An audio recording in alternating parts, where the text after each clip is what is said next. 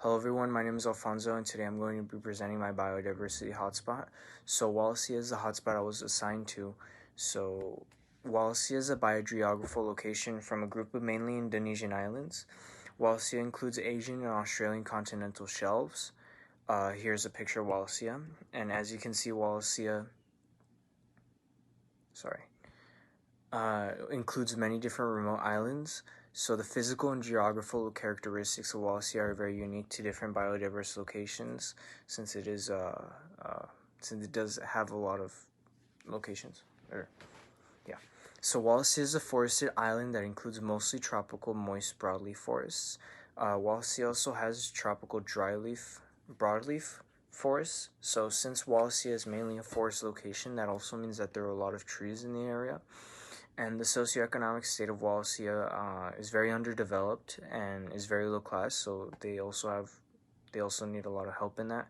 But conservational acts also strive to improve the socioeconomic status of Wallacea and its people, since it is a populated area. So the type of ecosystem includes forests, Wallacea heath. The heath in Wallacea is exclusive to Wallacea. That's why it's in the name. And swamp and forest on ultra-basic rock. So Wallacea also includes savannas and grasslands, which makes it really unique. So since Wallacea is a very unique hotspot, it does include a lot of ecosystems. So the endemic species of Wallacea include resin and timber, since there are a lot of forests. Spruce are also common and also vary in type.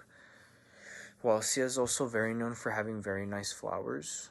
Wallacea has hundreds of species that include 50 species of birds and more than 125 species of mammals that are found in the islands of Wallacea. A lot of species on Wallacea are endangered and are very important in conservation acts. Since Wallacea includes the island of Sulawesi, there are a lot of species native to Sulawesi that include the Maleo bird that is also endangered, the Sulawesi bear cuscus that is also native to Wallacea and its islands. A good bunch of species are endangered in Wallacea. So now in Wallacea, the climate is very hot and humid. Rainfall and droughts are also common in Wallacea.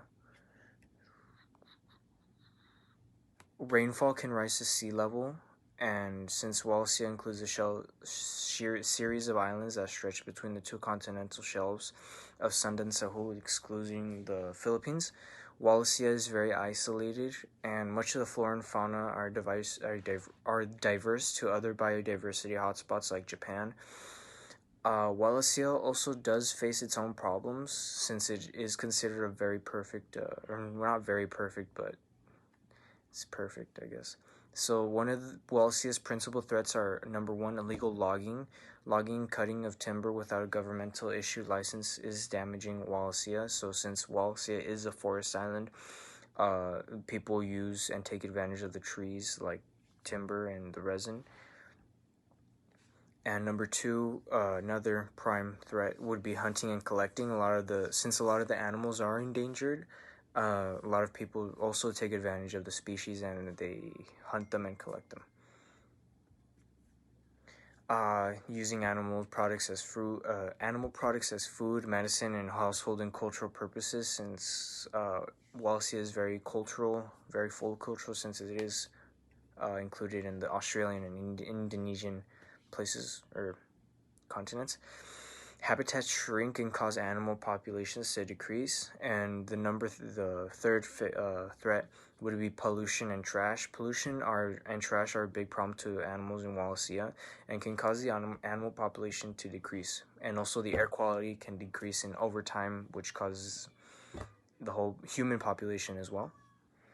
So what conservation acts are actively trying to do to help Wallacea in the effort of eliminating those three prime threats faced by Wallacea? Two very important conservation acts are critical in the safety of Wallacea. So I'm going to explain who they are and what they do. So the first one would be Operation Wallacea. So the question is, what are they doing? They run biodiverse field expeditions to support the research of hundreds of academics and they are actually funded by tuition fees paid for by students. And the second one is CEPF. So the grants prioritize the globally threatened species in the hotspot that require specific and immediate action to protect them from either collection or killing for consumption and trade. So what can we do to help Wallacea locally, especially since we are very far away from Wallacea? We can help by lowering the pollution in the world, since there is a lot of pollution, especially with climate change. It does make a good impact on the world. Climate change doesn't. Reducing our carbon footprint can also help a lot, which means, driving electric vehicles rather than gas vehicles. And also coal mining is very important, and using renewable energy and using less plastic can help aquatic life. And another way we can reduce plastic is not drink out of plastic water bottles and use like hydro flasks or metal water bottles. And that's it. Thank you.